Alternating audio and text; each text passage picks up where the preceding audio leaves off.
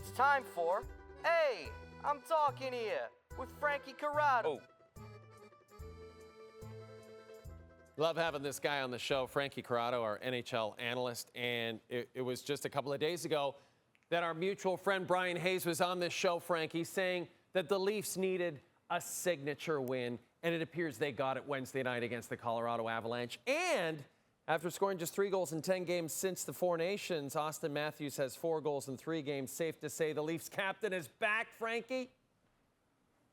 Yeah, it looks like it, and it looks like he's just kind of flipped the switch, Jay. And the biggest thing that stands out to me for Auston Matthews is he looks physically engaged and willing to use his body. And there have been moments throughout the course of the season where it looks like he may have shied away from it at times.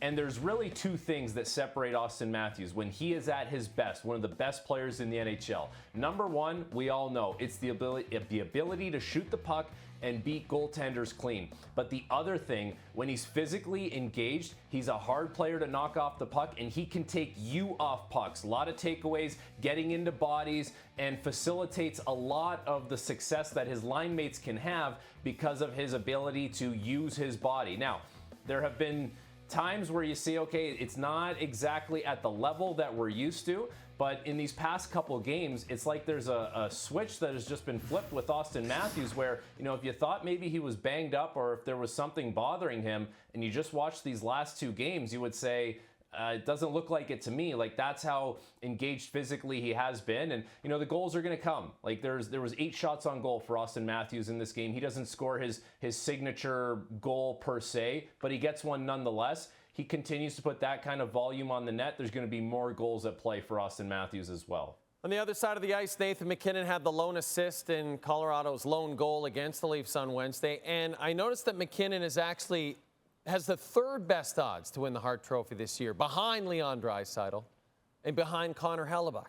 Frankie, would you like to temporarily be Nathan MacKinnon's agent and tell us why his odds should be better? Yeah, I could vouch for Nathan MacKinnon here. Listen, you have to remember, this is most valuable to your team. And there's a team narrative that has to be involved in this. And for Nathan MacKinnon, he has played on a team that's been in flux for a lot of the season. You know, you go back to early in the year, and they completely revamped their goaltending position.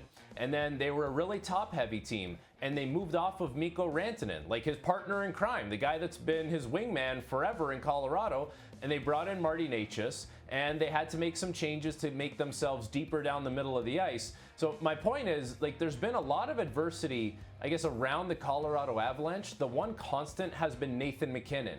Now, if you took him out of that situation, what are the Colorado Avalanche? Who's carrying that team through those times? Like, it would be Nathan MacKinnon. Like, there's only one answer there. And so, you know, it's not a slight to the guys that are ahead of him. They're having unbelievable seasons. Leon Draisaitl, Connor Hellebuyck.